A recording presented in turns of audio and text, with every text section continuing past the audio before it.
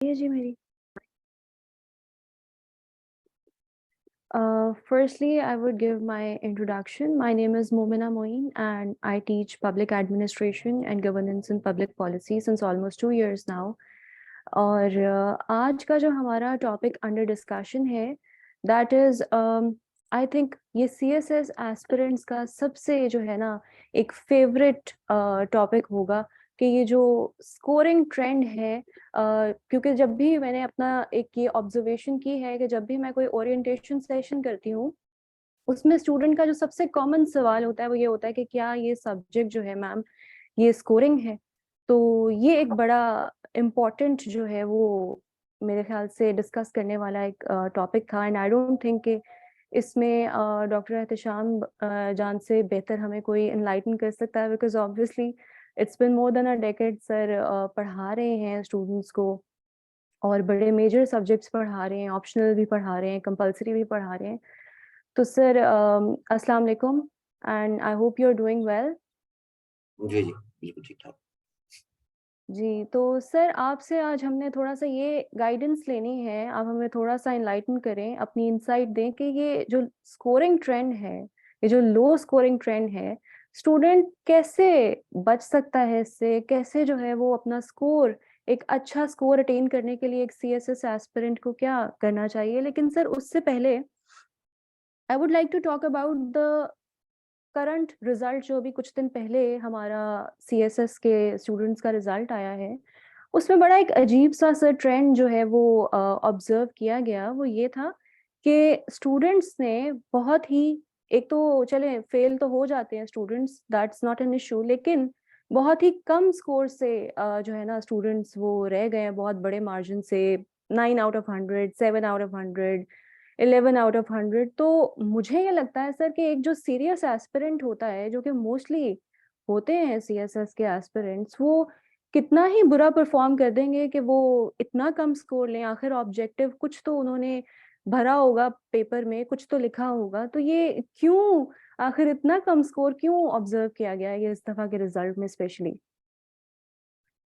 अच्छा जी, बिस्मिल्लाहिर्रहमानिर्रहीम। पहले तो माजरत, टाइम जो है मगरिब का मुख्तलिफ शहरों में ज़ाहिर है फ़र्क होता है, तो जी। अ, यहाँ अभी पीछे अज़ान की आवाज़ आ रही थी। अच्छा जी, बात इस तरह है कि 2 चीज़ें हैं सिंपल सी। पहली चीज़ ये है कि स्टूडेंट प्रैक्टिस नहीं करता, स्टूडेंट के एंड पे। स्टूडेंट बिल्कुल प्रैक्टिस नहीं करता। स्टूडेंट ये समझता है कि मैंने सिलेबस पढ़ लिया किसी भी टीचर से, किसी भी एकेडमी से, और मेरी तैयारी हो गई है। और ये सवाल, इसका जवाब तो मुझे आता है, ये टॉपिक इसलिए मुझे आता है, अब मैं पेपर में जाके लिखूँगा। तो 90% स्टूडेंट्स जो कॉम्पिटिटिव एग्ज़ामिनेशन के साथ वाबस्ता होते हैं, ये मॉक टेस्ट सेशंस को सीरियस ही नहीं लेते। उसमें भी 2 वजूहात हैं। मादरअल्लाह जी। जी सर।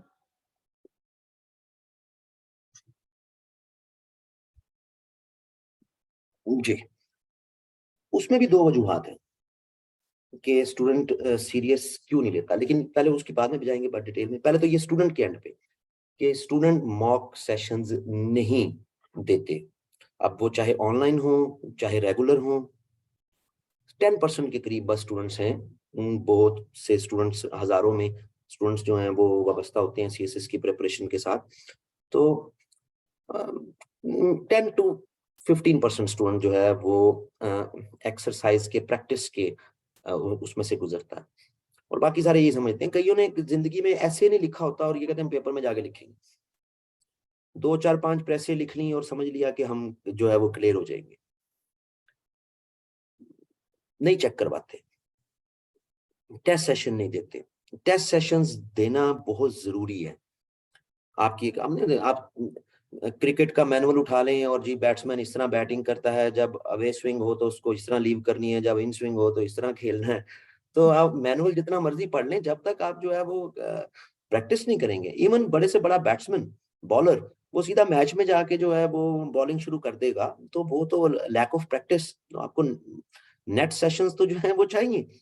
तो जी स्टूडेंट सर। नहीं करता मॉक के प्रैक्टिस। ये एक सीरियस इश्यू है स्टूडेंट के एंड पे।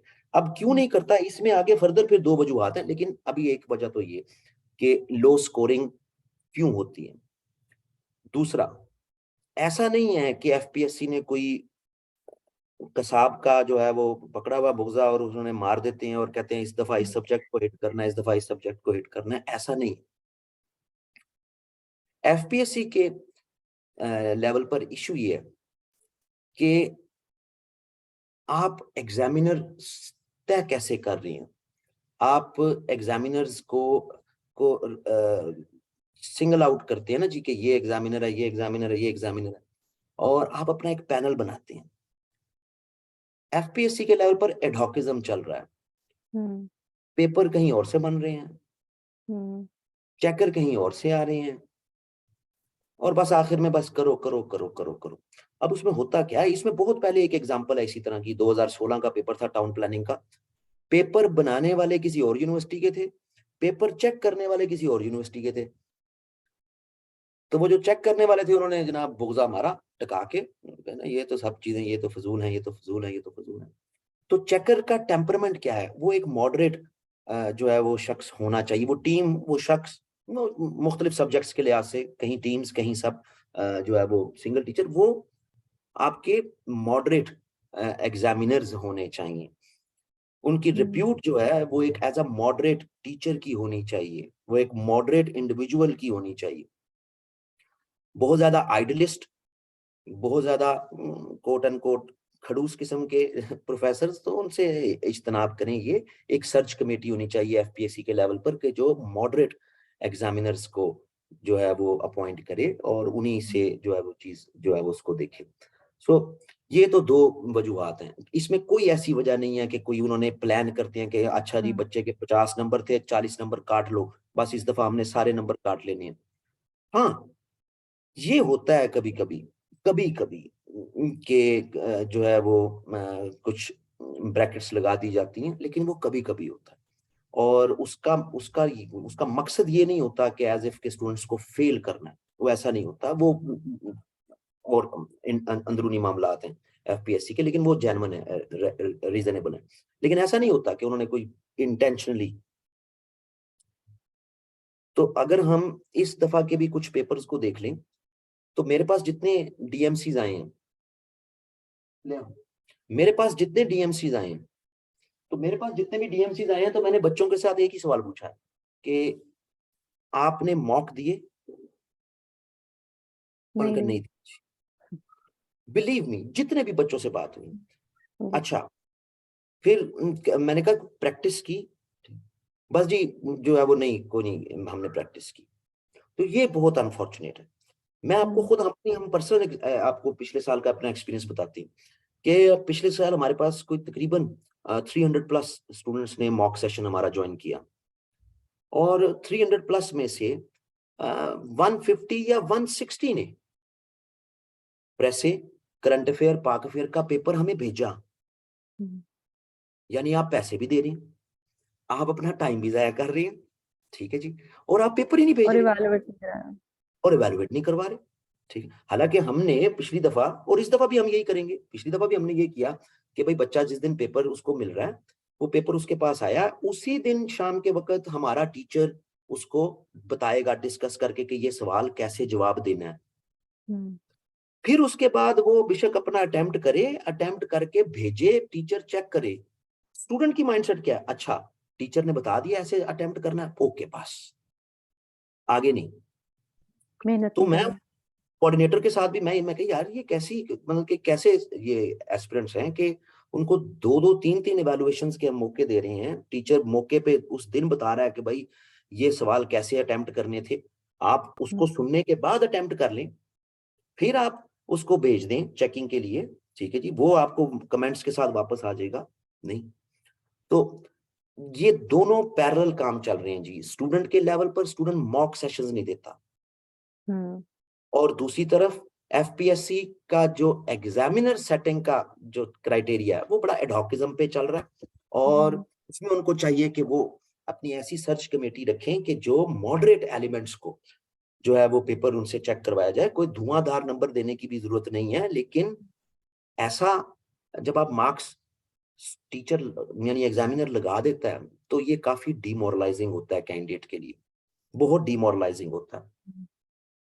अब स्टूडेंट के लेवल पर उसको इस डिमोरलाइजिंग फैक्टर से बचना है, तो कम से कम इतना सख्त एग्जामिनर भी हो और आप सवाल के करीब करीब जवाब दे रहे हो ना, तो फिर भी थोड़े थोड़े नंबर दे देगा। तो जी। बंदे को तसल्ली हो जाती है कि यार अगर इस सब्जेक्ट में सबके 10 12 15 20 10 12 15 20 आए, तो चलो यार मेरे 35 आ गए, मेरे 40 आ गए। तो बाकियों की निस्बत हो एवेलुएट कर लेता है स्टूडेंट, बड़ा सियाना है, बड़ा तेज स्टूडेंट है, उसके साथ आप आज के सीएसएस के स्टूडेंट के साथ आप फिल्म नहीं चला सकते। तो वो एवेलुएट कर लेता है, उसको पता लग जाता है कि यार तसल्ली हो जाती है। ठीक है, तो ये दो काम। अब स्टूडेंट मॉक क्यों नहीं देता? जैसा मैंने पहले कहा था कि दो रीजंस हैं लो स्कोरिंग की, एक तो एफपीएससी के एंड पे और एक स्टूडेंट के एंड पे। और अब स्टूडेंट मॉक क्यों नहीं देता? स्टूडेंट मॉक नहीं देता, उसकी दो वजूहत है। पहली वजह ये है कि मॉक सेशंस जितने भी टीचर्स, जितनी भी एकेडमीज करवाती, दे चार्ज टू मच। और स्टूडेंट का माइंडसेट होता है, अच्छा मैं 15,000 दूं, मैं 10,000 दूं, और जो है वो मैं जाऊं, जाके बैठूं, पेपर दूं, फिर वापस आऊं। स्टूडेंट्स 70-80% बल्कि ज्यादा घरों से पैसे ले रहे होते हैं। तो अकेडमीज या टीचर्स, इवन ऐसे कंपोजिशन, मैं किसी के खिलाफ नहीं हूं, लेकिन ऐसे और कंपोजिशन के टीचर्स 1,000 2,000 सिर्फ एक दफा के चेक के वो ले रहे होते हैं। तो वो दे चार्ज टू मच। ठीक है, आप अपने सब्जेक्ट्स पढ़ा रहे हैं उसमें चार्ज कर लें ज्यादा, अकेडमीज की ऑलरेडी चार्जेस बहुत ज्यादा होते हैं, तो दे चार्ज टू मच। और स्टूडेंट फिर उसको कैलकुलेट करता है कि यार मैं अब 15,000 दूं, 12,000 दूं, 10,000 दूं। ठीक है जी। तो अकेडमीज को, टीचर्स को चाहिए कि वो अपने मॉक सेशंस की जो है फी है वो कम करें। वो इतनी कम करें कि स्टूडेंट को वो फर्क ना लगे, उसको लगे ठीक है यार प्रैक्टिस करनी है ना, मैं प्रैक्टिस कर लूं। एक तो अकेडमीज और टीचर्स के बिहाफ पे ये। दूसरा, फिर हमारे यहाँ ट्रेंड ये चल रहा है कि काफी अकेडमीज, काफी जगहों पर इशू ये आ रहा है कि टीचर जो वहां पढ़ा रहा होता है, ठीक है जी, टीचर जो वहां पर यानी कि लेक्चर दे रहा है या उनके पैनल पे है, वो पेपर नहीं चेक कर रहा। पेपर चेक कर रहा है, बस एक टीम बनी हुई है, मेरे पर्सनल एक्सपीरियंसेस हैं इसके, मुझे टीम बनी हुई है मुख्तलिफ जो है वो सेटअप्स की, वो चेक कर रही है। वो बस चेक करके आप उसको स्टूडेंट को वापस करनी, मार्क्स लगा के थोड़े बहुत कमेंट्स लिख दिए ऊपर।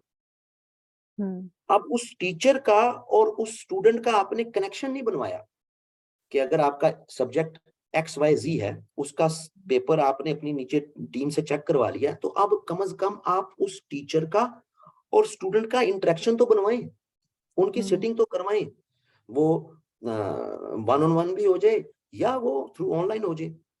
तो अकेडमीज और टीचर्स को मॉक सेशंस जो हैं उनको एनकरेज करना चाहिए, फी कम करनी चाहिए, टीचर पेपर बनाए, टीचर पेपर चेक करे, टीचर चाहे ऑनलाइन चाहे बैठा के वो डिस्कस करे। लेकिन इसमें मॉनेटरी एस्पेक्ट आ जाता है, इसमें इसमें जो है वो ज्यादा पैसा नहीं बचता, तो वो इसलिए फिर कम इसमें एंगेज होते हैं। लेकिन ये चाहिए इनको करने के लिए, ताकि आप अपनी मार्केट में अपनी एक क्रेडिबिलिटी बना सकें, एक वर्थ बना सकें। हम इसी फलसफे पे चल रहे हैं, हम लोएस्ट फीस ले रहे हैं, हम दो दो दफा अपने स्टूडेंट्स के साथ टीचर का इंटरेक्शन करवा रहे हैं, हर साल करवा रहे हैं, स्टूडेंट फिर भी इनकरेज नहीं हो रहा। तो अब आ रहा दूसरा फैक्टर, यानी एकेडमीज और टीचर्स का तो हो गया कि स्टूडेंट मॉक क्यों नहीं देता, तो एक वजह एकेडमीज और टीचर्स की है, उनकी फी फैक्टर की है। दूसरी वजह, हम जिस मुआशरे में रह रहे हैं, हम एक ऐसे मुआशरे में रह रहे हैं कि जिसमें हम अपने आप को एक्सपोज होना पसंद नहीं करते। हम हमें हाय नंबर कम आ जाएंगे, कोई क्या सोचेगा, तो ये होगा वो होगा, मेरा पोल खुल जाएगा, मैं डिमोरलाइज हो जाऊंगा अगर रिजल्ट कम हो गया, ये हो गया वो हो गया। तो वो जो फियर फैक्टर है, वो स्टूडेंट को जो है वो रोकता है। तो साथ एक ये एकेडमीज का भी वजह, फी की वजह भी, इंटरेक्शन का ना होना, फिर ये कि जनाब भाई मैं क्यों जो है वो अपने आप को एक्सपोज करवाऊं। अब कुछ स्टूडेंट इस वक्त ये सोच रहे होंगे कि मैंने तो मॉक भी दिए, मैंने 2-3 एकेडमीज के मॉक दिए, मैंने तो फीस की भी परवाह नहीं की, मेरा तो टीचर के साथ इंटरेक्शन भी डायरेक्टली और इनडायरेक्टली हुआ, फिर मेरे नंबर कम क्यों आए? तो वो इस मार्केट, इस मॉक टेस्ट सेशन की जो मार्केट है, जिसके साथ स्टूडेंट्स के साथ प्ले किया जाता है, वो ये होता है कि अगर मैंने आपको 20/100 नंबर दे दिए ना मॉक में, तो आप बीइंग अ टीचर मुझे जस्टिफाई भी करना पड़ेगा कि मैंने 20 क्यों दिए। लेकिन हम्म, अगर मैंने आपको 60 दे दिए हैं, 55 दे दिए हैं और साल लिख दिया वेरी गुड, तो अब मुझे जस्टिफाई नहीं करना पड़ेगा। तो सर जी फलाने प्रेसी के टीचर ने, फलाने ऐसे के टीचर ने मुझे 4 दफा ऐसे लिखवाया, उन्होंने तो मुझे 40 दिए, 42 दिए, 45 दिए, वहां पे मेरे साथ भी नहीं आए। तो ये भी इस मार्केट की एक साइकोलॉजी कि जी ठीक है, हाँ बेटा, ओके। तो वो जो एक रिगरस एफर्ट करनी है ना स्टूडेंट के साथ, वो उसकी एब्सेंस है कि स्टूडेंट समझता हो मैं पास हो गया, मैं पास हो गया, मैं पास हो गया। सो आई एडवाइज स्टूडेंट्स के मॉक दें। I advise academies and teachers के वो अपनी फी, खास तौर पे मॉक सेशंस की मिनिमम फीस रखें, मिनिमम, हम्म, जिससे आपकी सिर्फ एक्सपेंडिचर कॉस्ट पूरी हो रही है। तो आप सारा साल कमाते हैं यार, सारा साल आप जो है वो हर टीचर कमाता है, मैं कमाता हूँ, बाकी सारे कमाते हैं। आई एडवाइज एफपीएससी कि एक ऐसी सर्च कमेटी हो जो मॉडरेट एलिमेंट्स से आप एग्जाम को आइडली ना रखें, जो zero zero hmm, zero zero zero zero moderate जो है वो टीम होनी चाहिए, चाहे रिटायर्ड एम्बेसडर्स हैं, चाहे जो है वो रिटायर्ड प्रोफेसर हैं या हाजिर सर्विस प्रोफेसर हैं, व्हाटसोएवर, मॉडरेट एलिमेंट्स होने चाहिए, आइडलिस्ट नहीं होनी चाहिए, रिसर्चर नहीं होने चाहिए। रिसर्चर को जब आप पेपर दे दोगे तो वो उसने बेड़ा गर्क ही करना। तो वो हम्म, एक सर्च कमेटी हो जो मुख्तलिफ जो है वो आपका एक पैनल बनता जाए कि भाई ये करो। और आखिर में आई एडवाइस स्टूडेंट्स इस मौजू पे कि वो मॉक दें, प्रैक्टिस में हर हाल में इंगेज हों, 2 से 3 मुख्तलिफ जगहों पर। कुछ स्टूडेंट्स एक मतलब कि हमारा किसी ने मॉक दे दिया तो क्या तसल्ली होगी ना, 2-3 मॉक सेशंस दें, हर हाल में दें। ठीक, और अकेडमीज उसकी फी को कम करें, जितना कम कर सकते हैं। अब मैं कभी कभी तो सोचता हूँ कि यार 15,000 20,000 आप जो है वो हम्म, मॉक का चार्ज कर रहे हैं, तो उसमें मतलब कि ऐसा क्या है, पेज ही दे रहे हैं ना आप। टीचर हम्म, चेक कर रहा है उसको कितने का पैसे आप दे देते हैं, 113 रुपए तो एफपीएससी देती है, तो आप कितने दे देते होंगे? तो सही, एक तो आपके सवाल का ये पूरा जनाब जो है वो दिल से जवाब दे दिया मैंने। ठीक। सर दूसरा एक और जो चीज़ ऑब्जर्व की गई डीएमसीज में वो ये थी कि एक ही स्टूडेंट जिसके इंग्लिश प्रेसी के पेपर में थोड़े अच्छे नंबर हैं, पास है 40 प्लस 50, इस तरह से उसका रेंज आई है, लेकिन उसी स्टूडेंट के एसे के पेपर में उसके मार्क्स हैं 7 8 9 10। तो वही बच्चा है, अगर उसी ने पेपर दिया है तो उसको कोई थोड़ी बहुत तो अंग्रेजी बोलनी लिखनी आती होगी, जिसने प्रेसी पास कर एग्जैक्टली। लिया है, तो फिर ऐसे में ऐसे क्यों कर रहा है वो? एग्जैक्टली।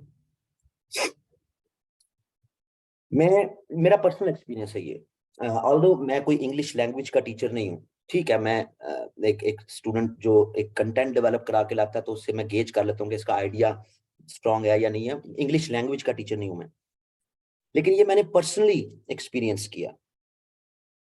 और पर्सनली मैंने ये एक्सपीरियंस किया कि जब कोई स्टूडेंट 60 50 कंपोजिशन का पेपर पास कर रहा है और ऐसे के पेपर में वो बिल्कुल ही, जिस तरह आप बात करेंगे, बिल्कुल थोड़े से नंबर, तो उसको अंग्रेजी लिखनी नहीं आती, ठीक है जी।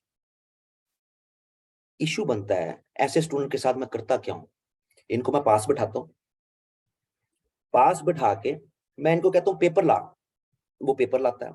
मैं उसको कहता हूं यहाँ इसमें 9 10 जो स्टेटमेंट्स हैं, इनमें से मुझे जो तुझे सबसे अच्छी, तुझे लगता है ना कि तुझे सबसे अच्छी आती थी, जो तू वहां लिख के आया पेपर में, उसको हम्म, सबसे पहले लिखा हो, आउटलाइन लिख, बस रफ सी, वो लिख ली, उसके ऊपर नंबर 1 लगा दे, इसको साइड पे रख दे।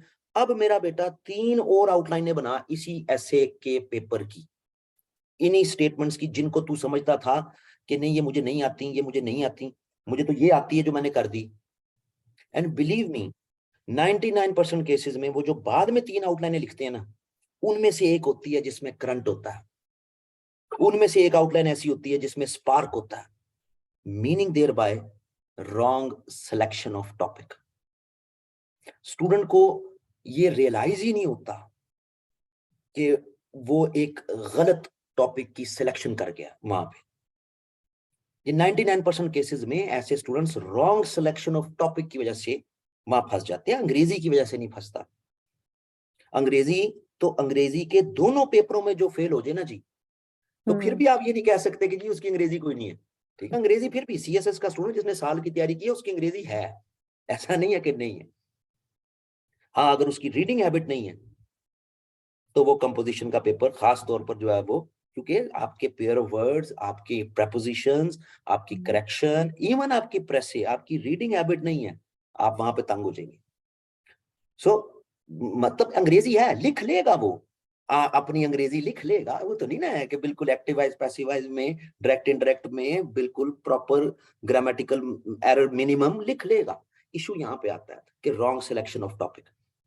अब वो इंग्लिश के ऐसे के टीचर्स को चाहिए कि वो सिर्फ ऐसे ना पढ़ाएं, ऐसे पढ़ाने के बाद जब वो पेपर अपने स्टूडेंट को लें, एवेलुएट करें, तो उसको ये ना कहें कि भाई एक ये कर दो जी, या डेमोक्रेसी पे लिख के ले आना बेटा, कल ये एनर्जी पे लिख के ले आना, ये पॉलिटिकल पोलराइजेशन पे ले आना। तो आजकल ये जो है वो ट्रेंड है ना जी, वो उसको 5-6 टॉपिक दे, 5-6 स्टेटमेंट्स दे, उनका बेटा इनमें से जो तुझे सबसे अच्छी आती पहले वो लिख, फिर 2 कोई और लिख। सिलेक्शन ऑफ टॉपिक रिस्पॉन्सिबिलिटी है कि वो इंग्लिश ऐसे का टीचर अपने स्टूडेंट्स को वो गेज करवाए। वो वहां बेचारा बैठ के गलत सिलेक्शन कर जाता है। मेरा जवाब ये है जी इसमें। जी, जैसे सर कुछ स्टूडेंट्स लिटरेरी ऐसे ज़्यादा अच्छा अटेम्प्ट कर पाते हैं, कुछ करंट वाला जो टॉपिक्स होते हैं, करंट अफेयर्स से रेलेवेंट, वो ज़्यादा अच्छे तरीके से उसको, लेकिन अपना एरिया आइडेंटिफाई करना ज़रूरी है कि आपका स्ट्रॉन्ग एरिया क्या है, that's what you are trying to exactly, say, right? Strong area भी। और कभी कभी ऐसा होता है कि अगर कोई रीडर आदमी है ना जी, वो हल्का फुल्का रीडिंग कर रहा है, आपको वहां पे 10 स्टेटमेंट्स मिली हैं, और आपने लेट्स से वुमेन एम्पावरमेंट पे पढ़ा हुआ, आपने लेट्स से वाटर की इंपॉर्टेंस पे पढ़ा हुआ, आपने एजुकेशन पे बड़ा अच्छा काम किया हुआ, आपने पॉलिटिकल पोलराइजेशन पे, सोशल पोलराइजेशन पे बड़ा अच्छा काम किया हुआ, लेकिन वहां पर आपको एक ऐसी स्टेटमेंट आ गई है जो कि आपके इन पढ़े हुओं से भी ज्यादा तगड़ी है। वो आपकी स्ट्रेंथ है। स्ट्रेंथ आपकी वो आइडिया है जब स्टेटमेंट को पढ़ के क्लिक कर गया आपको कि ओहो ये बात, इस पे मैं लिखूं। तो अच्छा, अब स्टूडेंट क्या करते, ओ जी ये तो सारे ही कर रहे थे एजुकेशन वाला, तो मैंने सोचा ये वाला कर लो।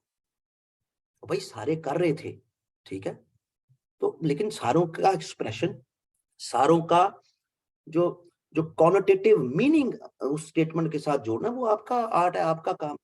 तो ये ऐसे के टीचर्स की जिम्मेदारी है कि वो अपने स्टूडेंट्स को सिर्फ ऐसे पढ़ाएं ना, वो उनको सिलेक्शन ऑफ टॉपिक भी समझाएं।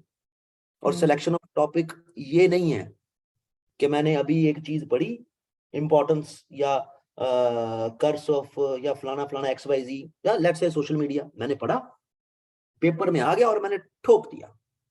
नहीं, हो सकता है वहां उसने कर्स, इंपॉर्टेंस सोशल मीडिया की उसकी स्टेटमेंट में वो बात ही ना हो, वहां सोशल मीडिया की बात किसी और हवाले से हो। तो सिलेक्शन ऑफ टॉपिक का आर्ट जो है, ये स्टूडेंट्स को जो है वो समझना चाहिए, सीखना चाहिए जी। तो तीसरा सर एक जो बड़ा इम्पोर्टेंट क्वेश्चन है वो ये है कि स्टूडेंट का ये बड़ा एक कॉमन सा क्वेश्चन होता है कि हमें क्या सब्जेक्ट्स ऑप्ट करने चाहिए जो स्कोरिंग हो, जिसमें हमारा स्कोर आ जाए। तो सर मुझे तो इस सवाल का कोई जवाब समझ नहीं आता, क्योंकि क्या मुझे ये लगता है कि शायद ये आपके इंटरेस्ट, आपके एजुकेशनल बैकग्राउंड और आपकी आपके स्ट्रॉन्ग एरियाज पर डिपेंड करता है कि आप क्या सब्जेक्ट सिलेक्ट करते हैं। तो किसी के बताने से आपको वो फलाने सीएसपी ने बता दिया, वो मोहल्ले में उस लड़के ने एडमिशन लिया था, उसने क्लियर कर लिया, उसने बता दिया कि जी ये वाला आप कॉम्बिनेशन रख लें तो आपके स्कोर जो है वो आ जाएगा। तो ये एक बड़ा बच्चों वाला सवाल लगता है कि ये कैसे, हम कैसे बता सकते हैं कि आपने क्या सब्जेक्ट रखना है? ये तो आपने खुद डिसाइड करना है ना, ये तो आपकी अपनी चॉइस है कि आपको क्या लगता है कि किस सब्जेक्ट में आप बेहतर परफॉर्म कर सकते हैं। तो इस पे क्या आप कहेंगे? अच्छा, इस पे तो पहले तो मादरत के साथ वैसे रिकॉर्डेड भी है, लेकिन इतनी देर मैं बगैर सिगरेट के जो है ना वो मेरा दिलो दिमाग नहीं चलता, तो वो मादरत के साथ मुझे लगानी पड़ेगी ताकि मेरा जो दिमाग चल जाए। जी सर। माजरत। आपको एक केस स्टडी बताता हूँ। पिछले साल मेरे पास एक स्टूडेंट था। आईआर उसने पूरा सेशन पढ़ा, यूएस हिस्ट्री उसने पूरा सेशन पढ़ा, पूरा सेशन पढ़ने के बाद वो इस नतीजे में पहुंचा कि ना मैं यूएस हिस्ट्री पढ़ सकता हूँ, ना मैं आईआर पढ़ सकता हूँ। तो मुझे उसने बर्मला इज़हार भी किया कि सर नहीं, क्लास में बैठ के तो मजा आया, लेकिन सर मैं खुद नहीं, ये मेरे से नहीं याद होती ये चीजें। मैं कहा ओके, क्या करना है? सर पॉलिटिकल साइंस में बड़े नंबर आ रहे हैं, तो मैं सोच रहा हूँ पॉलिटिकल साइंस रख लें। मैं ठीक है, रख लो। सर मैं यूएस हिस्ट्री भी नहीं रखना चाहता, मैं एनवायरमेंटल साइंस और एक लैंग्वेज और एक दो और मैं रखना चाहता हूँ। मैं कहा जी रख लो। अब जब रिजल्ट आया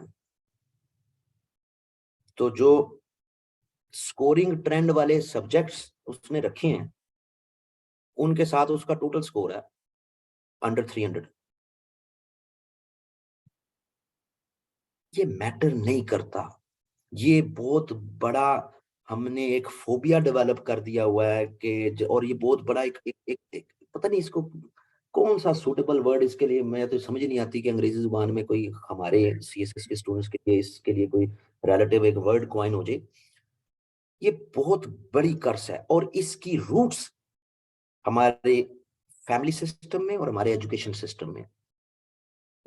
बच्चे ने क्या पढ़ना है, बच्चे ने क्या पढ़ना है, मैट्रिक के बाद क्या पढ़ना है, क्या पढ़ना है, बच्चा डिसाइड नहीं कर रहा। ठीक है, इधर उधर के लोग जो है वो डिसाइड कर रहे हैं, बच्चा डिसाइड नहीं कर रहा। ठीक है जी, उसने जनाब एफएससी कर लिया, अब उसने आगे क्या करना, बच्चा डिसाइड नहीं कर रहा। ठीक है जी, उसने किस प्रोफेशनल फील्ड में जाना है, और खवातीन के लिए फिर ये ज्यादा इशू। हम यूनिवर्सिटीज में आ गए, रिसर्च प्रोजेक्ट करना है, रिसर्च प्रोजेक्ट करना है, बच्चे के इंटरेस्ट को सुपरवाइजर नहीं नहीं नहीं नहीं ये फजूला फजूला बेटा ये कर लो, और उनके इंटरेस्ट को मार देती हैं। और कई मेरे जैसे होते हैं जो टीचर के पास जाते हैं, सर आप ही बता दें, सर आप ही बता दें प्लीज, कौन सा टॉपिक है सर, मुझे तो समझ नहीं आ रहा, आप ही बता। ये हमारी पूरी फैमिली सिस्टम और एजुकेशन सिस्टम का बिगाड़ा जो यहाँ सीएसएस में नजर आ जाता है। यानी एक डिसर्निंग माइंड इस बात को समझने से क्यों कासिर है। मतलब मेरा बैकग्राउंड है पॉलिटिक्स एंड हिस्ट्री का, मुझे फिजिक्स की समझ नहीं आनी चाहे फिजिक्स 190/200 दे रही हो,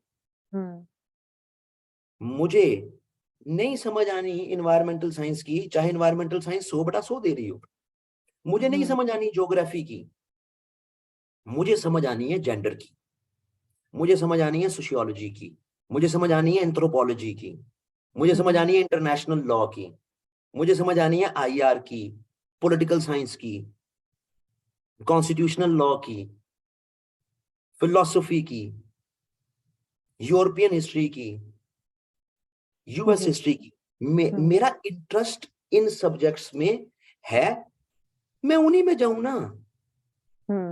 अब बात ये, कई स्टूडेंट कहते जी हमने तो एमबीबीएस किया हुआ है, हमने तो इंजीनियरिंग की हुई है।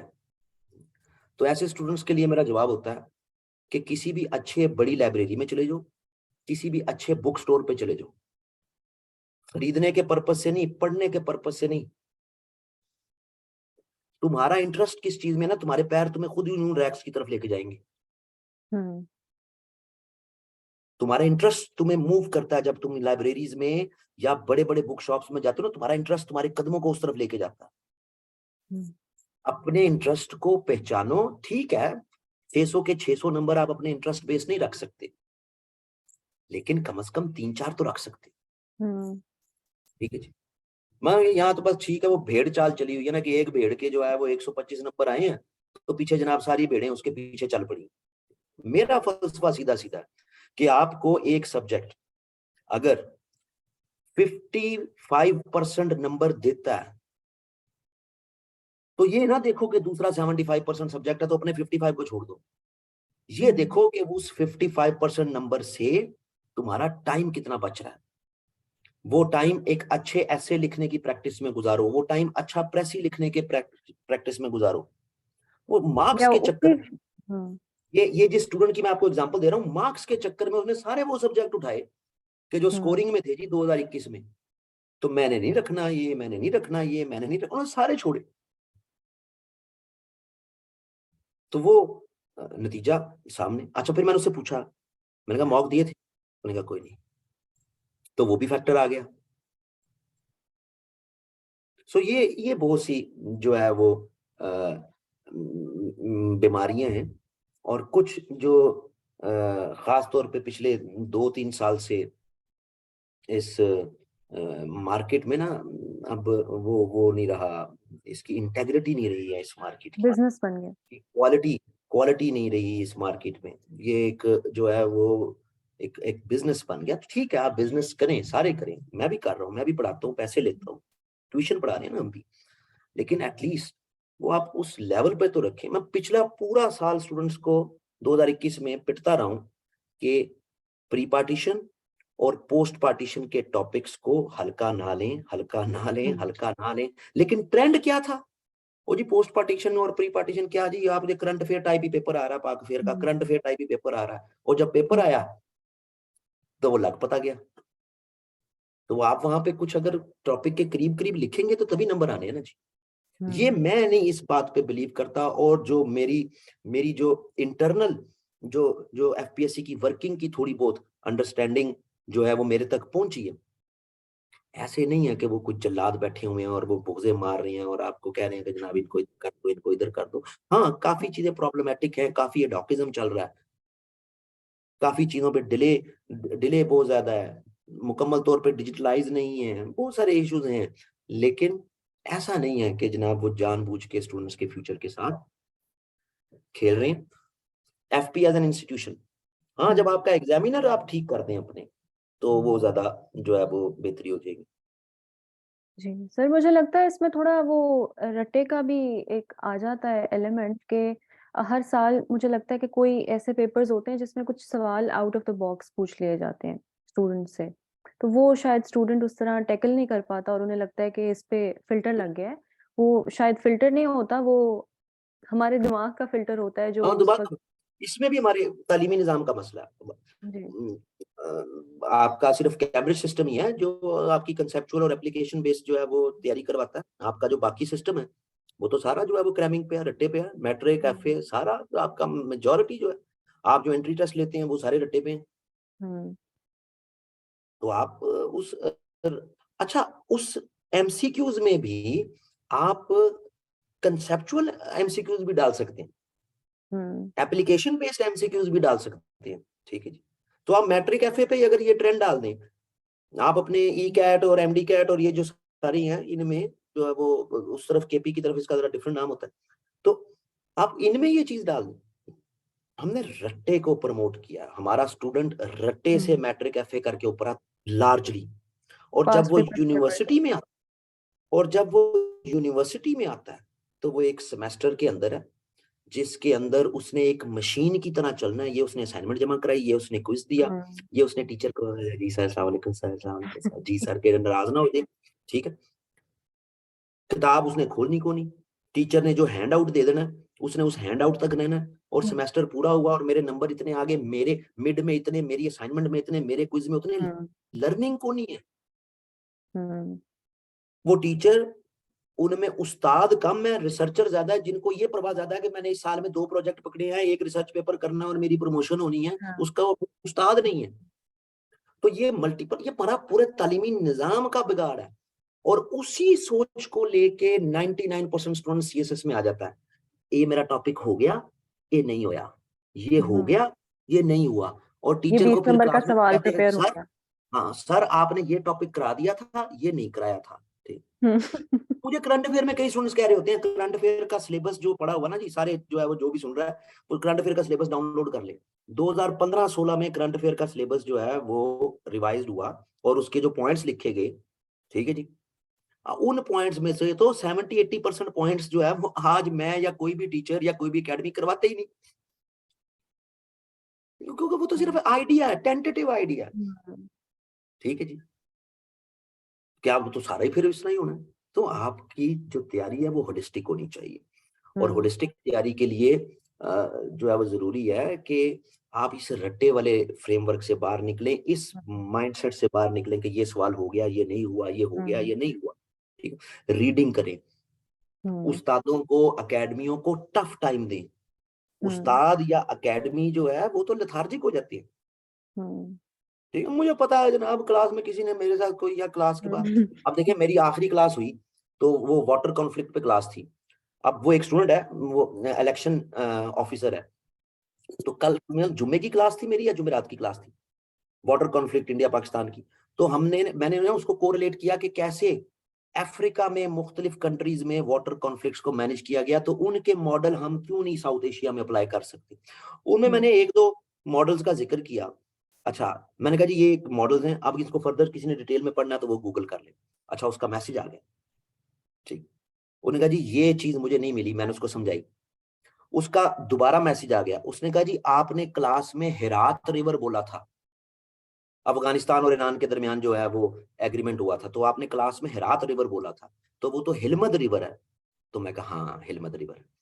आप ऐसे स्टूडेंट से उस्ताद सीखता है। फिर जब लेथार्जिक स्टूडेंट आ जाने हैं, जब स्टूडेंट ही आने के बाद ठीक है, जो एकेडमी कह रही है, टीचर कह रहा है, ठीक है, तो पढ़ें खुद भी साथ, मतलब कि हल्की फुल्की रिसर्च करें, अपनी एकेडमी को, अपने टीचर को टफ टाइम दें, ताकि वो आपको फिर वो भी आगे पुश हो कि नहीं भाई मैंने जो है वो काम नहीं करना। तो ये कलेक्टिवली सीएसएस की एकेडमी, सीएसएस के टीचर्स, स्टूडेंट्स एंड एफपीएससी, तीनों मुर्दे इल्जाम मेरे नजदीक तो हैं कि जो इस तरह ये जो स्कोरिंग ट्रेंड्स का माइंडसेट बनाया हुआ। बिल्कुल। अब मेरे पास अगर कोई स्टूडेंट आएगा कि सर मैं फिजिक्स रख लूं, तो मैं तो आईआर का टीचर हूं, मैं कहूंगा नहीं बेटा, अच्छा आईआर पढ़। अब अगर पॉलिटिकल साइंस के टीचर के पास स्टूडेंट जाएगा और कहेगा सर मुझे पॉलिटिकल साइंस की समझ नहीं आती है, मैं आईआर रखना चाहता हूँ, तो वो कहेगा आईआर तो इतना पढ़ना पड़ता है, मसले होते हैं, पॉलिटिकल साइंस रख। तो पूछ भी हम उन लोगों से रही होती है जिनके अपने वेस्टेड इंटरेस्ट जुड़े होते हैं। अब मेरे से कोई स्टूडेंट पूछे सर मैंने हिस्ट्री नहीं रखनी, अब मैं दो सब्जेक्ट हिस्ट्री के पढ़ा रहा हूँ, मैं कैसे कहूंगा नहीं, मैं कहूंगा नहीं बेटा रख। तो बिल्कुल। ये ये सेल्फ एक्चुअलाइजेशन है, सेल्फ रियलाइजेशन है, आपका इंटरेस्ट है, ठीक है सारे सब्जेक्ट्स में ना हो, एक आधे सब्जेक्ट के लिए डिस्कस कर लें, एक आधे सब्जेक्ट के लिए। मेरा मशवरा स्टूडेंट को ये है, सिलेबस देखे, उस सब्जेक्ट के पिछले 4-5 साल के पेपर देखे, दिमाग में कोई बात समझ आती है कि मैं इसको कोरिलेट कर लूंगा, गो फॉर इट। नहीं कर सकता तो चाहे वो 90/100 दे रहा है, उसकी तरफ ना जाए। बिल्कुल। तो सर ये था आपके जी। अब कंक्लूडिंग रिमार्क्स क्या होंगे कि अब ये जो हमारा पेपर आने वाले हैं सीएसएस के, it's not very far away now, तो बिल्कुल सर पे खड़े हैं, तो अब स्टूडेंट जो है वो इस वक्त बहुत परेशान है डेफिनेटली, बिकॉज अभी रिसेंटली रिजल्ट आया है, तो वो एक साइकोलॉजिकल फैक्टर हो जाता है कि नंबर नहीं आ रहे, बहुत कम आ रहे हैं। सो ये इससे अब कैसे टैकल किया जाए कि ये जो लो ट्रेंडिंग, लो स्कोर ट्रेंड्स हैं, इससे कैसे अब स्टूडेंट क्या I personally believe I personally believe कि अगर आप सवाल का जवाब दे रहे हैं ना, जो उसको सवाल में जवाब चाहिए उसके करीब करीब भी है ना, तो नंबर दे जाएगा। और सवाल के जवाब के करीब करीब रहने के लिए आपकी प्रैक्टिस होनी चाहिए, और जितना टाइम है स्टूडेंट्स के पास, स्टूडेंट मॉक सेशंस दें, ज्वाइन करें मुख्तलिफ टीचर्स के, मुख्तलिफ अकेडमीज के, ये नहीं कि सिर्फ हमारे, मुख्तलिफ जगहों पर मॉक सेशंस दें, अपनी प्रैक्टिस में एंगेज हों, और कोशिश करें कि जहां भी मॉक दे रहे हैं इंश्योर करें कि जिस टीचर ने मॉक पेपर बनाया वो टीचर आपके साथ ऑनलाइन या वन ऑन वन वही आपके साथ डिस्कशन भी करे।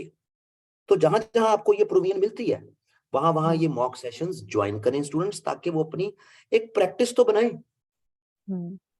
और इससे फायदा क्या होगा, लेट से मेरे बारे में मशहूर है मैं बड़ा सख्त चेकर हूं, ठीक है, मेरे पेपर मुश्किल होते हैं, मेरी चेकिंग सख्त है, ठीक है जी, तो आप मेरे साथ किसी और एकेडमी, किसी और टीचर को भी ज्वाइन करें, ठीक है, आपको एक अंदाजा हो जाएगा। अब ये अलग बात है कि ये एथिकल और ये जो कंसिडरेशन हमारे यहाँ टीचर्स और एकेडमीज को कब आएंगी कि हम कम से कम पैसे लें, जो है वो मॉक सेशंस के, जितने कम से कम ले सकते हैं कि जिसमें सिर्फ आपकी जो एडमिनिस्ट्रेटिव कॉस्ट है वो जो है वो पूरी हो जाए।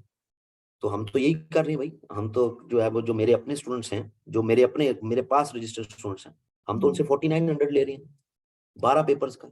और वो भी सारे जो है वो जिन जिस टीचर ने चेक करने उनमें डिस्ट्रीब्यूट हो जाने, 12 पेपर। सही।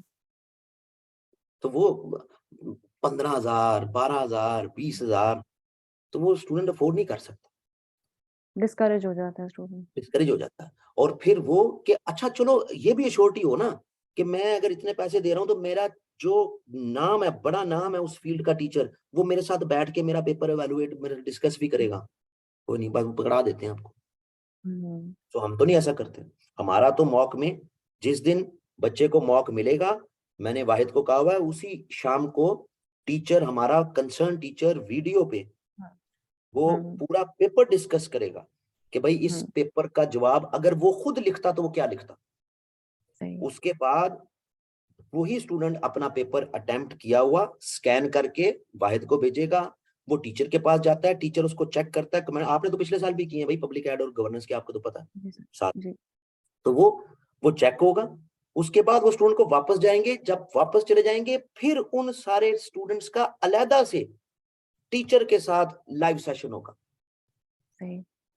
अब इससे ज्यादा तो नहीं हम कर सकते ना कि इतनी कम फीस रखें हम, कि जो है वो 4900 फीस है, उसमें हम 2 दफा टीचर के साथ हम्म। इंटरेक्ट भी करा दें। वो तो मेहरबानी मेरे टीचर्स की कि जो ये सारे जितने ये इंडिविजुअल टीचर्स मेरे साथ जुड़े हुए हैं सब विलिंग है कि जी ठीक है हम ये करेंगे। जी तो सर। ये बाकी जगहों पे भी सही होना चाहिए कि कम से कम 2 से 3 दफा टीचर के साथ उस पेपर पर स्टूडेंट की डिस्कशन करवाएं, उसकी इवैल्यूएशन हो, उसकी जी। प्रैक्टिस हो, और स्टूडेंट भी शाय फील ना करे हम्म। कि भाई हाँ ये क्या होगा, मैं एक्सपोज हो जाऊंगा या मैं एक्सपोज हो जाऊंगी, मैं तो पेपर में जाके लिखूंगी। सर बाद में फेल होने से बेहतर है पहले फेल हो जाए और थोड़ा हाँ हाँ, अपना। पहले फेल हो जाए, आपको अंदाजा हो जाए, ठीक है, आपको अपनी वीकनेस का पता लग जाए, आपको आपके इश्यूज का पता लग जाए। हम्म। सही। बस मेरे एंड से तो यही था जी, चीजें बड़े दिल से आज मेरे जो है ना वो आपने करवानी चले।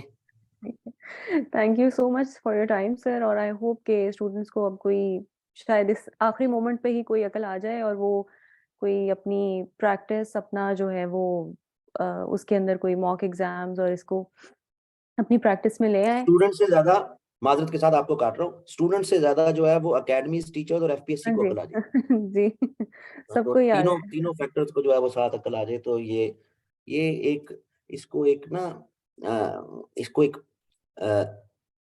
नोबल प्रोफेशन के तौर पे और एक नोबल कॉज के कॉन्टेक्स्ट में अगर चलाएं टू जी। सर्व स्टूडेंट्स, तो इसमें ज्यादा इज्जत भी है, इसमें बिल्कुल। ज्यादा आप अर्न भी करेंगे। बिल्कुल। इसमें इसको जब आप चलाएंगे एज माइंड में होगा कि जनाब पैसे कमाने हैं, तो वो हम्म। जो है वो इसके साथ, इस मार्केट के साथ एथिकल कंसिडरेशंस जो हैं उनको जुड़े रहना चाहिए। और वो काम जो है बिल्कुल। वो एकेडमीज और टीचर्स का है कि वो एथिकल कंसिडरेशंस इस मार्केट के साथ जुड़े रहने दें। बिल्कुल सर। चलिए, thank you ji. Thank you so much for your time sir. अल्लाह हाफिज। अल्लाह हाफिज।